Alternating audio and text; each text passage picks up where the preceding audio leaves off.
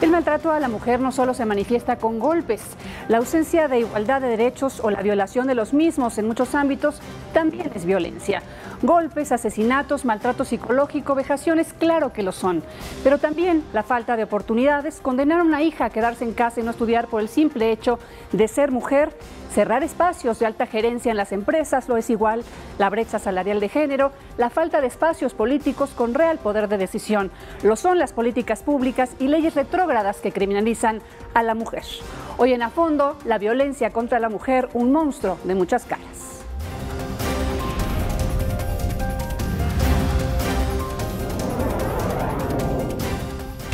A Fondo, con Marta Reyes. Bueno, y como siempre en A Fondo dividimos nuestros temas en 4 diferentes bloques para poder abarcar los diferentes matices y más en este que es la violencia contra las mujeres y sus diferentes caras. En nuestro primer bloque, sociedad progresista, mujeres violentadas y vulnerables, la situación de las mujeres en México. En nuestro segundo bloque tendremos ser mujer en el mercado laboral. ¿Qué significa la brecha salarial de género, la falta de oportunidades para crear puestos de gerencia? En fin, nuestro tercer bloque tendrá otro tema, violencia hacia la mujer dentro, desde la política. ¿Qué se vive adentro y qué se genera hacia la mujer con las políticas públicas? Y en nuestro cuarto y último bloque tendremos lo que son caminar hacia la igualdad, aquellas propuestas y aquellas políticas públicas que hacen falta realmente aplicar en el país. Con esto comenzamos A Fondo.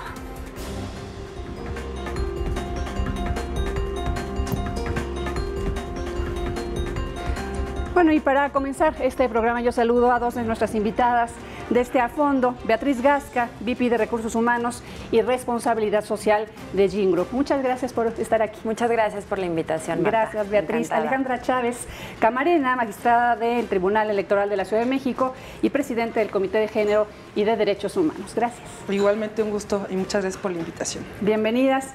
Y bueno, en un momento se integrará Carol Arriaga, secretaria de Mujeres del Comité Ejecutivo Nacional de Morena. Pues si les parece, vamos a comenzar con este contexto con el que yo empezaba la introducción. ¿Qué es esto? Cuando uno piensa en violencia contra las mujeres y se pregunta, inmediatamente todos pensamos que son los golpes, que es el maltrato psicológico y que muchas veces se remite a espacios íntimos de la mujer. Obviamente no comparando esto con el feminicidio, que sabemos que en México es y tiene cifras alarmantes. Pero justamente platicar con nuestro auditorio y con ustedes que viven el día a día de justamente los derechos humanos, el mercado laboral, en el caso de Carol cuando esté con nosotros la violencia política, todas estas caras que tiene lo que significa el maltrato y la violencia hacia las mujeres. Beatriz. Como tú bien dices, Marta, el espectro alrededor de la violencia se puede abordar desde distintos ángulos. A mí me gustaría ahora sí que arrancar la conversación con una experiencia propia, ¿no? Yo llevo aproximadamente 15 años en el mundo corporativo mexicano siendo mujer y quienes son mujeres y están en el medio corporativo mexicano no me dejarán mentir que lo que nosotros vivimos en el día a día pues puede ser un poquito más complejo que lo que viven nuestros compañeros hombres, ¿no?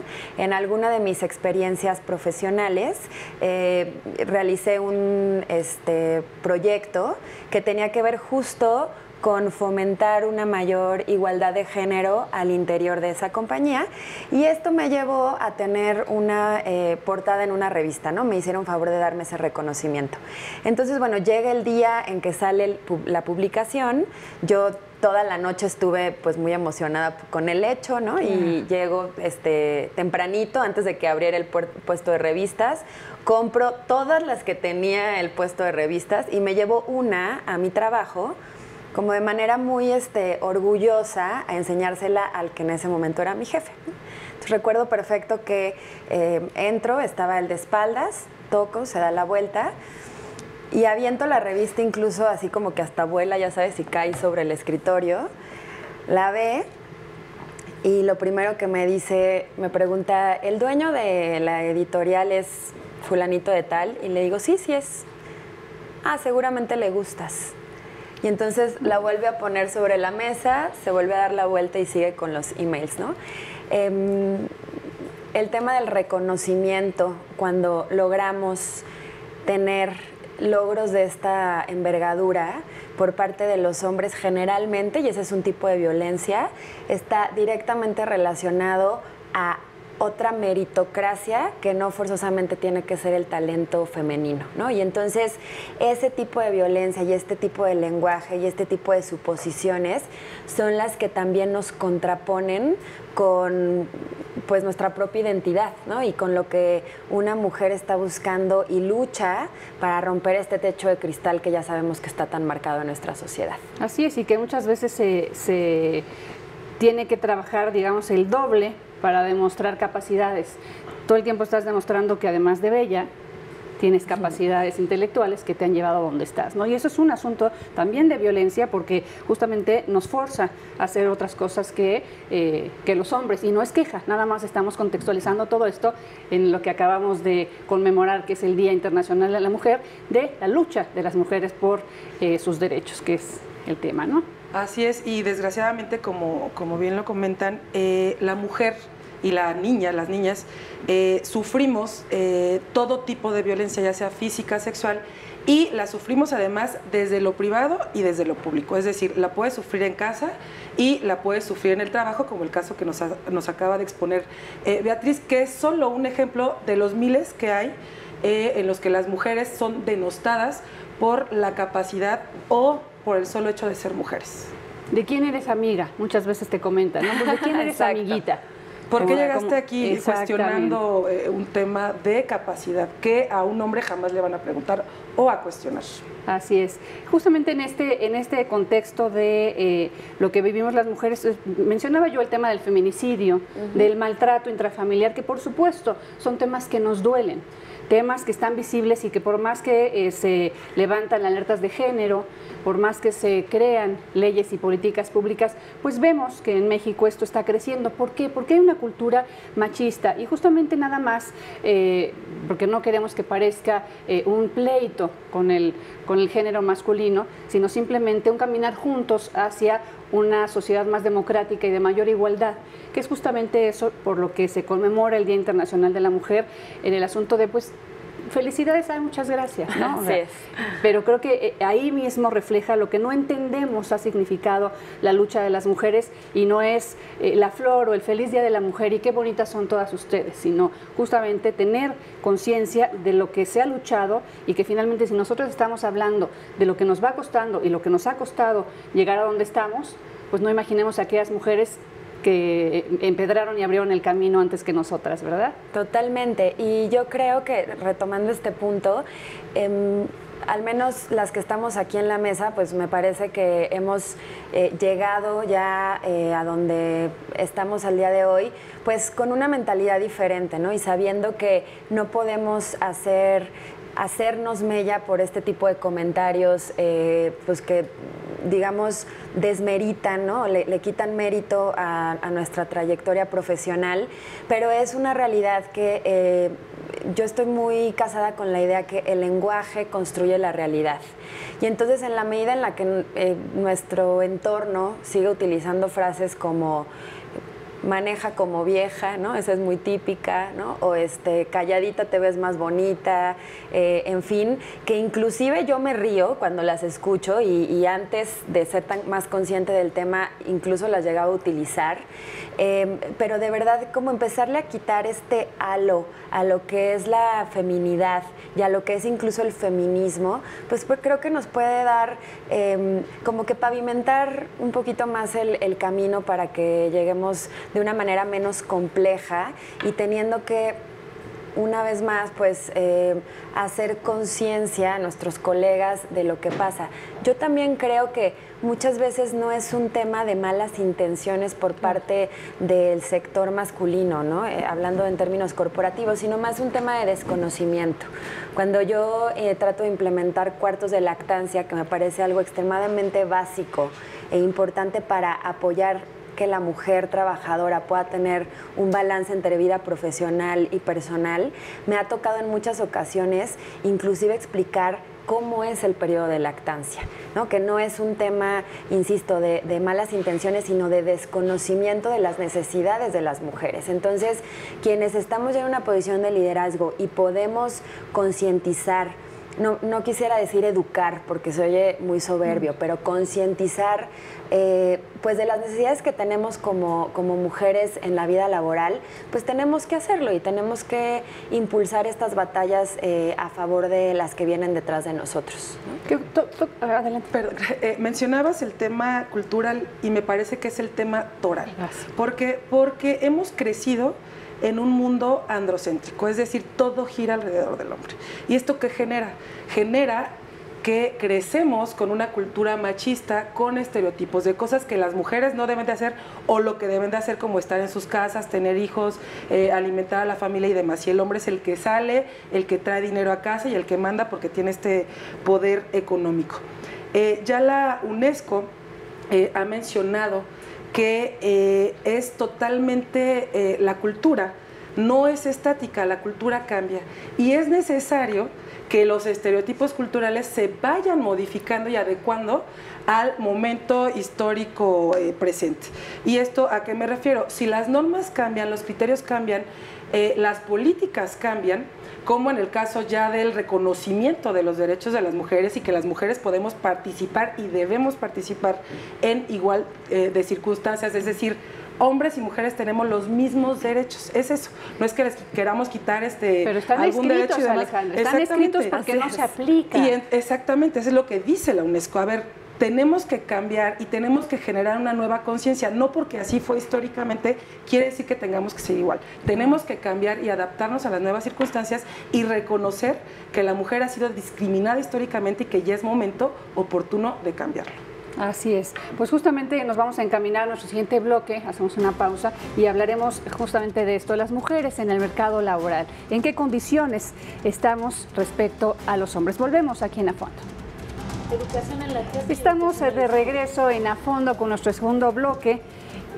Damos la bienvenida a Carol Arriaga, ella es secretaria de Mujeres del Comité Ejecutivo Nacional de Morena. Bienvenida, muchas gracias. Muchísimas gracias, Marta. Gracias por estar aquí. En este segundo bloque, ser mujer en el mercado laboral. ¿Qué sucede con la brecha salarial de género? 17% simplemente por ser hombre gana una persona en el mismo lugar, haciendo el mismo trabajo y en el mismo puesto, la brecha salarial de género. El 25% de los puestos de alta gerencia a nivel global en el mundo, solamente el 25% son ocupados por mujeres, y así podríamos seguir listando una serie de características que hablan exactamente de este tema, del rezago que existe en materia de igualdad de oportunidades para las mujeres en el mercado laboral. Y bueno, quien vive esto todos los días, digo, lo vivimos todas, pero es su expertise. Beatriz Gasca, VP de Recursos Humanos y Responsabilidad Social de Gingroup. Fíjate, Marta, ahora que te escucho, quisiera nada más complementar otra cifra que también es escalofriante. El 5% de quienes ocupan puestos en consejos directivos en México son mujeres. 5%. El año pasado cerramos con un 2017. 2018 se cerró con un 5%. Entonces, si esto no es un tipo de violencia hacia la mujer, pues ya no sé qué sí es un tipo de violencia, ¿no? Inclusive las empresas que tienen un tono más, que generan productos para la mujer, tienen el mismo porcentaje de mujeres en consejos de administración. Y es un poco irónico porque otra cifra más, el 80% de las decisiones de compra las realizamos las mujeres. Siendo nosotras las principales consumidoras, pues es un poco irónico que no tengamos a más mujeres en los consejos donde se está definiendo el tipo de producto o servicio que estamos llevando al mercado, ¿no? Y que esto hay que decirlo, no es falta de capacidad. Yo me acuerdo cuando surgió la paridad de género como una ley, decían, pero pues es que no hay mujeres que quieran. A ver, si hay mujeres que quieran, hay mujeres. Digo, y tocaremos el tema político un poquito más adelante, pero justamente ahorita que le escuchaba decía, no vayan a decir es que no hay mujeres capaces. Claro que las hay. El asunto es que se cierran los espacios. Me gustaría que fuera aquí un debate y que todas cuando quieran hablar participemos y sea un intercambio de ideas, ¿sí? Claro que sí. Mira, efectivamente el punto que siempre dicen en los partidos políticos, y lo escucho de los dirigentes de todos los partidos políticos, es que justamente realmente no hay mujeres, ¿no?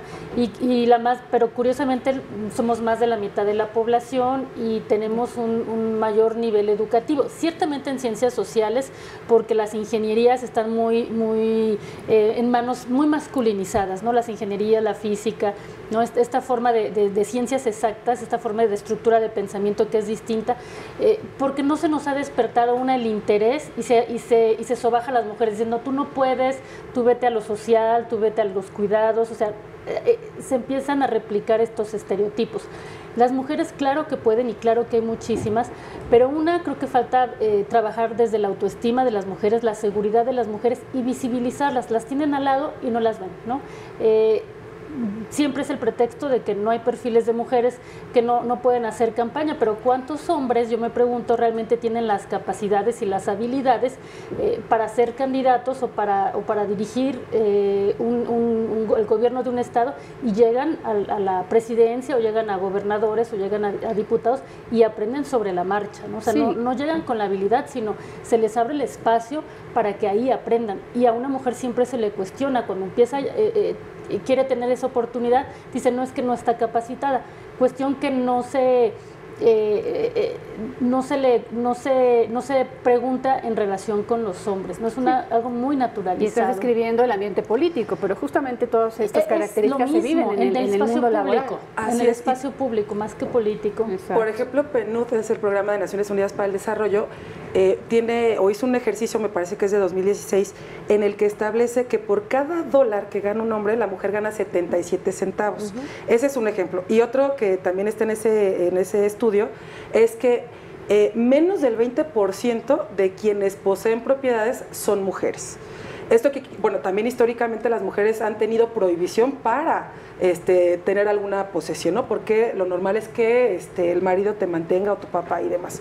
Entonces, y también otro porcentaje es que más del 50% de las mujeres trabajan o tienen como trabajos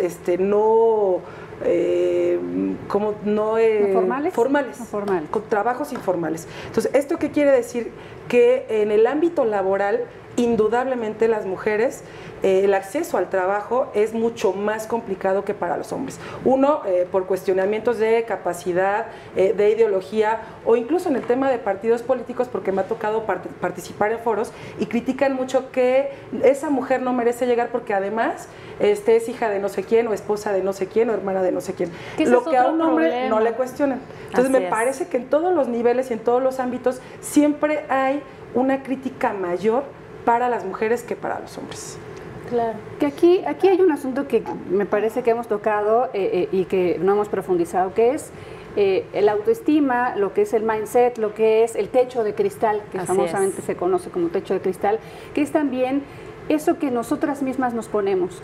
Empezamos a crecer en un mundo laboral y de repente a lo mejor hasta nos asustamos y decimos, estamos fallando como mamá, estoy fallando como esposa, mi casa está descuidada, y entonces nos hacemos para atrás y creemos que somos culpables de estar adquiriendo logros. Me parece que ese también es un asunto que sí es responsabilidad de nosotras. Totalmente. Y ahora sí que entrando a fondo en esta problemática, hay otro dato muy interesante que dice que las mujeres aceptan un ascenso cuando están al 95% del conocimiento requerido para esa posición.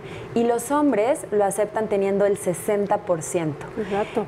Esto nos dice que no solamente es un tema del sistema y de la sociedad, sino que, como tú bien comentabas, nosotras crecemos con un nivel de autoexigencia mayor y un nivel como de perfeccionismo que nos hereda, no sé si nuestras madres, nuestras abuelas o el entorno, ¿no? Que no nos creemos lo suficientemente capaces de construir una posición o una carrera profesional, a menos que sea casi perfecta. Eso es algo muy propio de nuestro género, ¿no?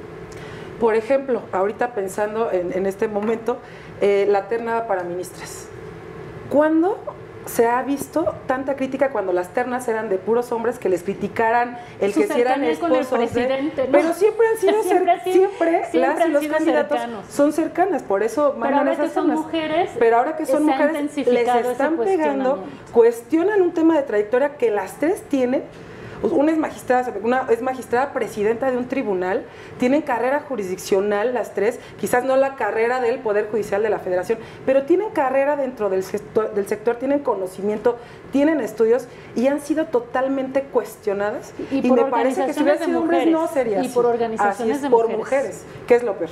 Sí. Oigan, que hace rato mencionabas, Alejandra, el tema de la cultura machista y que prácticamente México pues se mueve en ese espectro.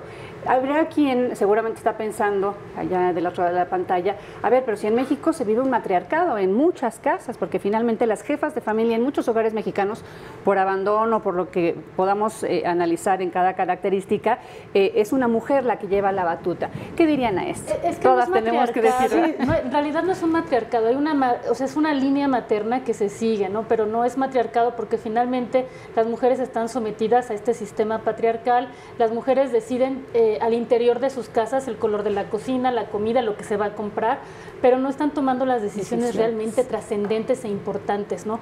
Las decisiones en el espacio público. Mira, yo te hago los mismos problemas que puede tener una empresaria son los mismos problemas que puede tener una magistrada o una mujer política. No hay diferencia, o sea, yo la diferencia más bien la diría entre el mundo público y el mundo privado, ¿no? Y en el mundo público las mujeres difícilmente podemos acceder al poder, se nos cuestiona mucho más, se nos cuestiona desde la imagen, la forma de vestir, si tienes alguna cercanía o algún familiar político, pero también muchas veces a las mujeres, y aquí tengo hay una doble vertiente, ¿no? Por una parte, mujeres que son políticas porque traen su propia carrera independientemente de la relación familiar que pudieran tener, claro. Y hay otras mujeres que llegan al poder porque son las esposas de, las hermanas de, las hijas de, y no por sus propios méritos, y desplazan a las mujeres que... Lo vimos con las Juanitas, ¿no? En aquel momento. Que tendrían que estar en ese cargo de decisión y que no las ponen porque traen una carrera propia y entonces las quieren aplastar, invisibilizar el sistema patriarcal.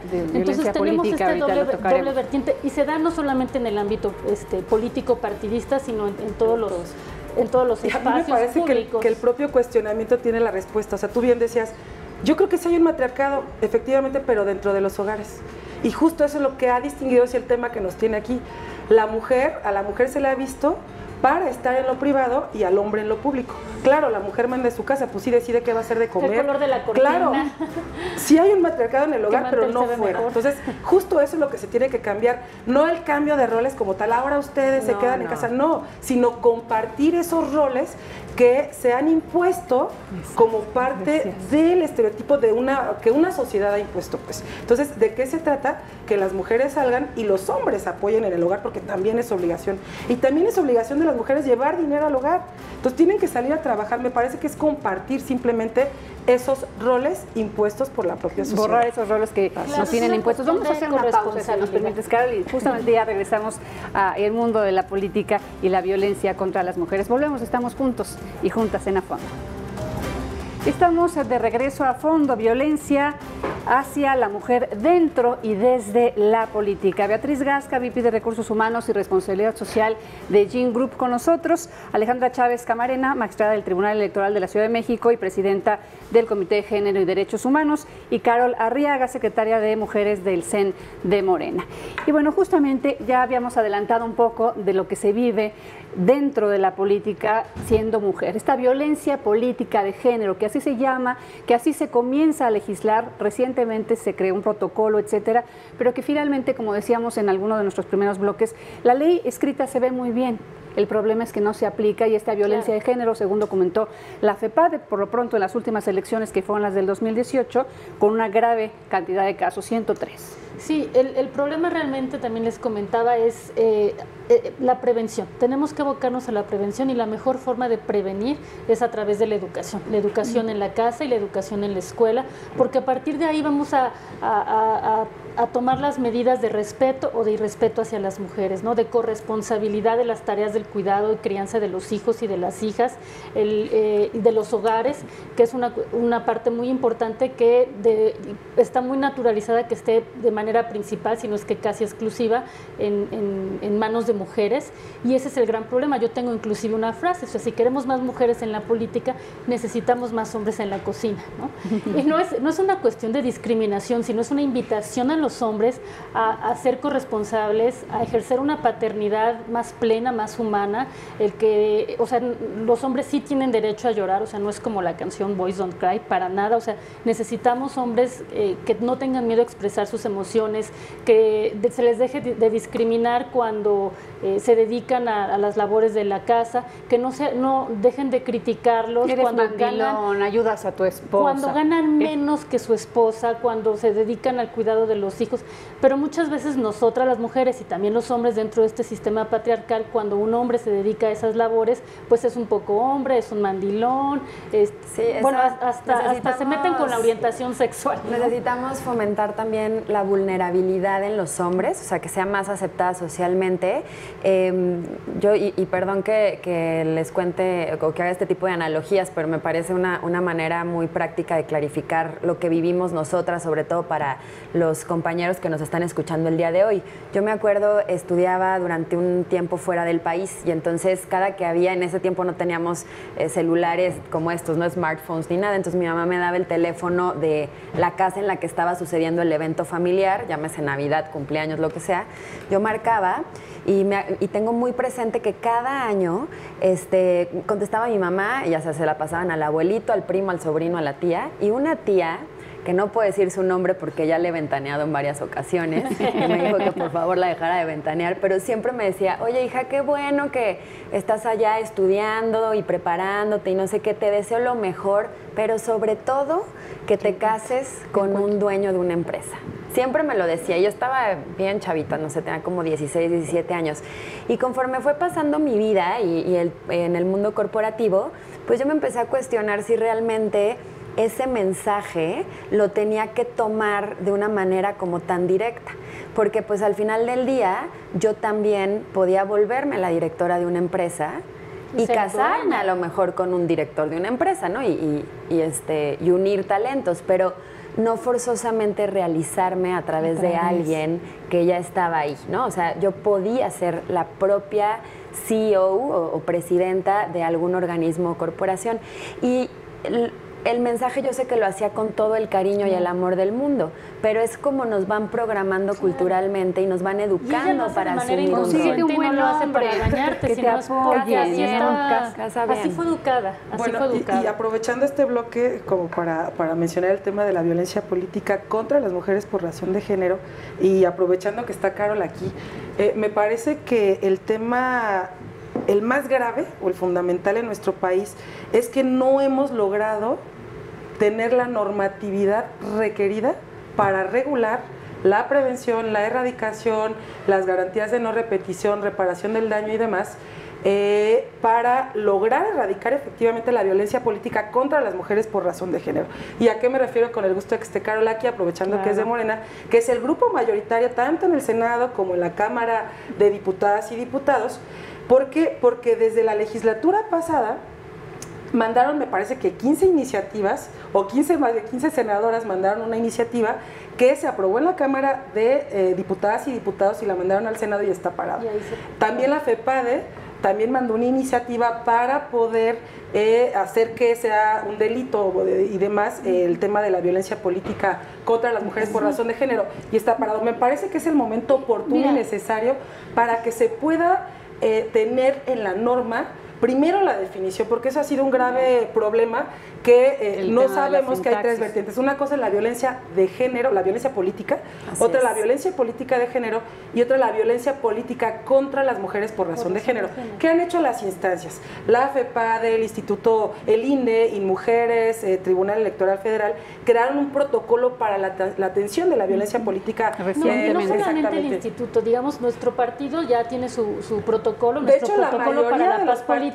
La mayoría sí. Y yo te voy a decir, cada vez tenemos una legislación, y en México se ha distinguido por tener ya una legislación muy exhaustiva en la materia, pero poco aplicable, ¿no? Entonces, para mí la prevención, es que creo que de violencia para la atención de la violencia de género no hay. O sea, hay para diferentes tipos de violencia, o ya el tema de las alertas, feminicidio, pero en el tema político, de violencia política de género por razón, contra las mujeres, ¿no? O sea, digamos, está endeble, hay como brotes al respecto, efectivamente, pero yo te voy a decir que desde mi punto de vista, o sea, creo que sí es importante señalar y trabajar en ello, pero no lo más trascendente, ¿no? Si queremos un cambio real se tiene que trabajar desde la prevención, y la mejor forma de trabajar la prevención no es a través de un decreto, porque la violencia no la vamos a acabar por decreto, la violencia necesitamos un cambio cultural a profundidad.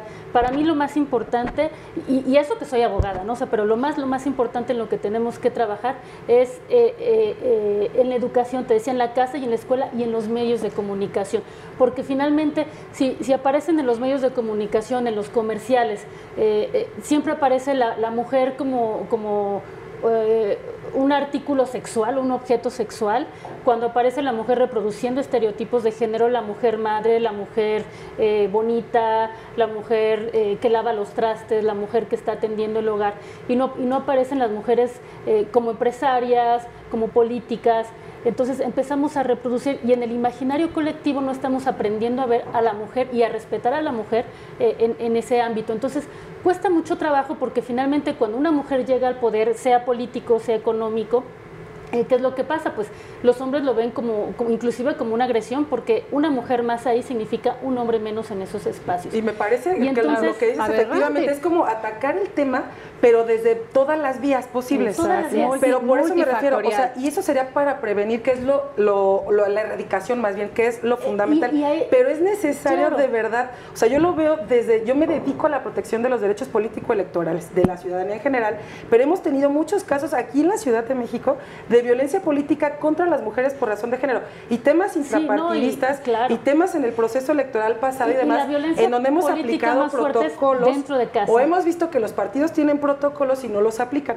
El problema es eso, que es un protocolo que no vincula, te guía a las autoridades, guía a las mujeres para a qué autoridades acudir, qué se tiene que hacer, pero es necesaria una ley general, por lo menos, que rija los temas y que obligue a las autoridades y que obligue a todos los directivas de los partidos políticos a no generar eso. ¿Por qué? Porque está totalmente normalizada la violencia política contra las mujeres por razón de género. Y es muy fuerte, pero mira, haces legislación quizá mucho más elaborada, y buscan la manera de darle la vuelta, y lo vimos primero con las mal llamadas Juanitas, y ahorita yo les digo las víctimas de Manuelito, ¿no? Porque en realidad en Chiapas, sí, las más recientes, ¿no? Que estaban obligando a las mujeres a renunciar a sus encargos para que subieran hombres. Entonces, puedes hacer leyes muy elaboradas, pero el problema, creo yo, no está tanto en la ley. Pero no por eso bajar las manos.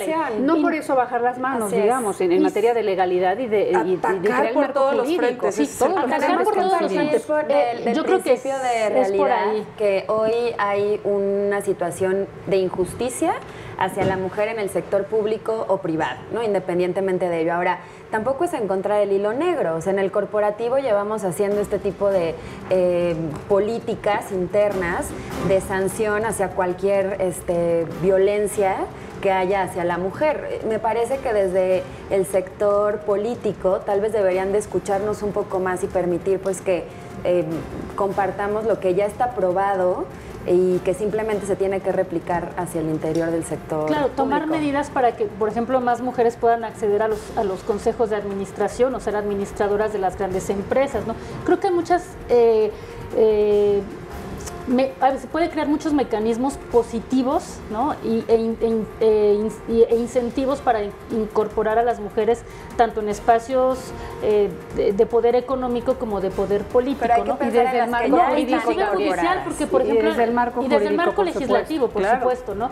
Indudablemente. Yo me inclinaría más hacia una cuestión de incentivos y propositiva más que una cuestión de sanción interminable, porque realmente vemos que no ha estado funcionando. Tenemos legislaciones muy muy elaboradas, que no están dando los resultados que nos esperamos, ¿no? E inclusive hemos vivido o estamos en una ola de recrudecimiento de la violencia, claro, ¿no? Entonces, creo que sí hay que repensar las formas en las que hemos abordado la violencia y ser mucho más creativas, porque a veces... Y si se están abordando. Fíjate, no, y si se están abordando, porque me decían hace poco en un medio de comunicación, esto es bien importante, me decían en un medio de comunicación, que cuando hablaban temas de género, la audiencia bajaba.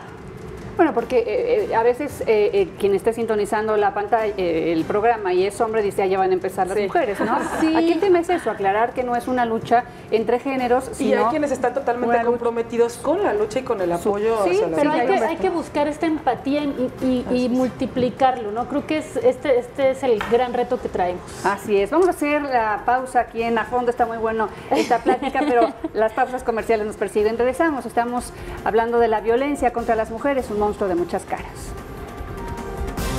No, sí es un problema.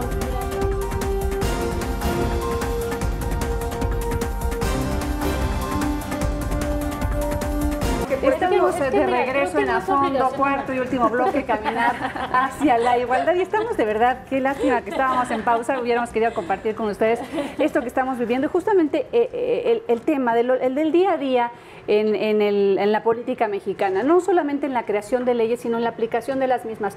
Y estábamos ahorita platicando justamente de esos protocolos internos que existen. Existe el del Instituto Nacional Electoral, el protocolo que mencionabas de Morena, en donde nos estaba contando que batalla, incluso ella, para que se aplique dentro de su partido, porque a veces no cabe dentro de las propias idiosincrasias personales. Sí, no, mira, pues es algo que es importante platicar. Es importante y no lo tratamos con muchísima transparencia y creo que esto se tiene que debatir en espacio público. Ciertamente hay obstáculos administrativos, ¿no? y jurídicos. Somos un partido muy nuevo, tenemos 4 años y entonces falta mucho por escribir. Estamos viendo nuestros estatutos se tienen que modificar porque no es la misma realidad cuando iniciamos que en estos momentos. Entonces vienen muchas áreas de oportunidad y muchos retos, muchos obstáculos, por supuesto, que tenemos que trabajar. Y la cuestión de género, o sea, no es una cuestión que únicamente atañe a los partidos políticos. Me decía ella, tienes que trabajar y tienes que hacer que el presidente cambie de opinión. No, o sea, no es políticas públicas en torno al tema de género. Ojo, yo soy partido, él es gobierno, y creo que es muy importante hacer la diferencia porque eso nos va a mantener a cada quien en nuestro ámbito de atribuciones y eso nos va a dar un orden y va a ser buenísimo, ¿no? Aquí la encargada de dirigir la política de igualdad en el país no es la secretaria de Mujeres del Partido Morena, sino la presidenta del Instituto Nacional de las Mujeres, ¿no? Por una parte. 2, a mí sí me corresponde el partido y por supuesto trabajar. Obviamente mis aliadas naturales han sido las mujeres y con los hombres ciertamente ha sido mucho más difícil, aunque hemos encontrado algunos aliados, entre ellos el Fisgón, y a veces también encontramos obstáculos en algunas dentro mujeres, de las ¿no? O sea, eso es una realidad. Pero esto que pasa en el partido político no es únicamente porque somos un partido y somos la personificación del diablo. Y lo quiero aclarar bien, tampoco porque sea Morena, está sentada aquí y finalmente es que le toca, pero también, por supuesto, tendríamos que hablar del Partido Acción Nacional, por ejemplo, violencia contra las mujeres dentro de la política. Sociedad en general, lo podemos ver en los medios de comunicación, lo podemos ver en el mundo empresarial, en el mundo financiero, en el Poder Judicial. Y de eso se trata el programa, creo que esto no podemos decir, porque eres tú la dirigente o la responsable, tienes tú la culpa de todo. Creo que ese es un problema que habitualmente tenemos nosotros como sociedad y como mujeres. O sea, no puedes decir que el cambio está en una persona. Si queremos hacer el cambio, todas debemos de impulsar el cambio y desde nuestra trinchera hacer para que esto suceda, ¿no? Desde la sociedad civil, desde la ciudadana que se pronuncia, desde yo en mi cuenta de Twitter o en cualquier red social, creo que ahí tenemos una corresponsabilidad muy grande y tampoco podemos decir que el gobierno acabe con la violencia, ¿no? Aquí es una cuestión de responsabilidad. Mira, por ejemplo, en esto de las guarderías, creo que en esto no tendría que tener color ni partido, no tiene color ni partido. Sí, y mira, te voy a platicar, disculpa que te interrumpa, Carol, pero digamos que es un camino que al menos desde mi experiencia, pues tampoco lo tenemos que adivinar, ¿no? O sea, yo te podría decir que sin duda hay un tema cultural, hay un tema de formación, pero ¿qué estamos haciendo para que la igualdad de género se vuelva tangible en el mundo? Cualquier sector, público o privado. En el sector privado, que es el que a mí me corresponde y el que conozco mayoritariamente, Tenemos, por ejemplo, actualmente en Gene Group el programa que se llama Igualando Oportunidades. Y básicamente consiste en cosas tan simples como las siguientes. Tener cuartos de lactancia, lo cual permite a la mamá trabajadora pues tener un espacio digno para realizar este periodo pues tan natural en la mujer. Segundo, convenios con guarderías. Y ahí sí regreso a la situación que tenemos actualmente, ¿no? Lo que hacíamos nosotros era es muy complicado que una empresa tenga su propia guardería. Sabemos el alto riesgo que implica, la altísima responsabilidad. No somos expertos en esos temas. Entonces lo que hicimos fue hacer convenios con las guarderías cercanas a la zona de trabajo para que la mamá y el papá trabajador, porque sabemos que este es compartido, pudieran tener al hijo pues más cercano en este periodo, ¿no? Sin embargo, ahora nos están cerrando las guarderías cercanas a la zona de trabajo. Entonces, no nos quitamos la responsabilidad como sector privado, pero sí nos le están complicando cada vez más. Ya veremos cómo avanza este tema tan polémico. Aquí, por ejemplo, en el tribunal somos el único tribunal electoral del país que estamos certificados en la norma 25, que es la norma de igualdad laboral y no discriminación. ¿Y a qué nos obliga de manera interna? En esencia, a que usemos indudablemente en todas las comunicaciones, tanto escritas como privadas, lenguaje incluyente o lenguaje neutro. ¿Por qué? Porque hemos visto que ha sido un tipo de invisibilización de las mujeres a lo largo de la historia. Es decir, el uso del lenguaje no permitió a las mujeres en México votar, no porque lo prohibiera la Constitución, sino porque decía todos los ciudadanos, no decía ciudadanas, ¿no? Otro tema es, estamos obligadas y obligados dentro del tribunal a tener a igual número de mujeres y hombres en cargos directivos y en todos los niveles. ¿Por qué? Porque también hemos visto que normalmente las instituciones tenían mucho mayor número de mujeres, sí, pero la mayoría eran secretarias, mecanógrafas y demás, tenían los cargos más bajos dentro de la institución. También tenemos lactario para quienes son mamás puedan estar ahí utilizando un lugar adecuado para ese efecto. También tenemos licencias de paternidad, darle también al papá ciertos días o goce de ciertos días para que puedan estar en el cuidado de su recién nacido, nacida y demás. Te voy a decir algo más, el tema del periodo de maternidad también es extremadamente polémico. Yo no tengo la dicha de ser madre, pero supongo, porque lo escucho, que no debe de ser sencillo después de 42 días pues regresar de la noche a la mañana al mismo ritmo que traías antes de ser madre, ¿no? Entonces, lo que hacemos desde el sector privado, es que una parte, digamos, hacemos como un periodo de transición en el que la madre se va reincorporando poco a poco con trabajo en casa, trabajo en la oficina, pues para que este regreso sea más suave a lo que hacía anteriormente, y el costo lo absorbe el sector privado, ¿no? Esto te permite tener menos pérdida de talento, menos inversión en capacitación, porque pues sigues manteniendo a quien ya lo sabía. Pero, insisto, si lo podemos hacer en las empresas, privado, como por qué no se puede llevar esto Decías que lo ofreces momento, para replicarlo, ¿no? Y yo te lo acepto. Sí, porque hay políticas que se pueden también creo que es una muy buena iniciativa, ¿no? O sea, es una propuesta para hacer una iniciativa.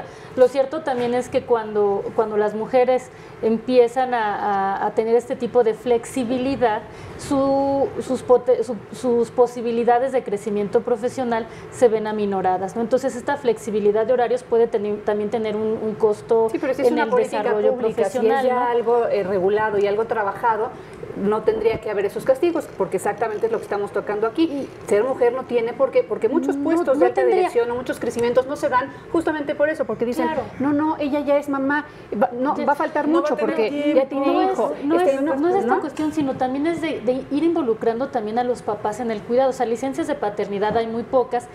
Por ejemplo, la licencia por paternidad apenas está en sus inicios en algunos sectores, en la Comisión de Derechos Humanos, en el Poder Judicial de 5 días, pero les dan 5 días o 10 días.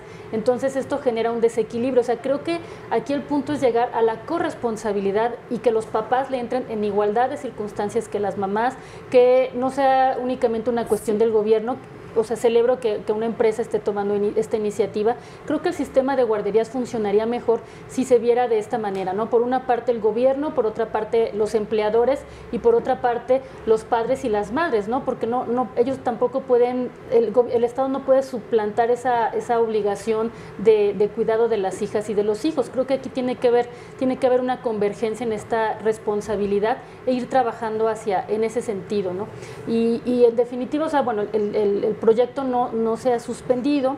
El proyecto está en una revisión por irregularidades que se han identificado. Obviamente es una transición, es dolorosísima y hay daños colaterales indudablemente muy fuertes, pero tenemos que trabajar en subsanarlos. O sea, nadie dijo que iba a ser esto sencillo y yo estoy plenamente segura que el presidente está trabajando en me parece esto. Que era un programa que funcionaba y digo, si lo que intentamos investigar y aquí sancionar es específicamente a aquellos que estaban abusando. Exacto, ¿no? Y si queremos poner el dedo en la llaga, pues tampoco es un secreto que el programa data de Calderón, ¿no? Y que eventualmente, pues, me parece que muchos de los programas, buenos o malos, que datan de otro tipo de partidos, pues sí están siendo eliminados, insisto, a pesar de que sean exitosos. Yo creo que hay mucho por mejorar en el país, pero pues lo que ya está funcionando, ¿para qué lo echamos para atrás? Con la implicación que esto tiene hacia el tema de género principalmente, ¿no? Del cual yo soy partidaria desde hace mucho tiempo, y me parece de verdad un golpe bajo para mantener a las madres trabajadoras activas. Oigan, sin duda que es un tema polémico, un tema que nos daría para un programa. Yo las invitaría a que lo hagamos porque en este momento se nos acabó el tiempo. Pero por supuesto el tema de las estancias infantiles, los refugios, también para mujeres maltratadas, son temas para programas específicos. Yo las invitaría a que estén en otra fonda. Por supuesto, porque se necesita abordar. Gracias a las tres. Muchas gracias. Gracias. Mucho Y gracias gusto. siempre especialmente a usted que nos ve y que nos escucha. Nos vemos la próxima en A Fondo. No sé qué haya sido tan exitoso. Mira, tú vas a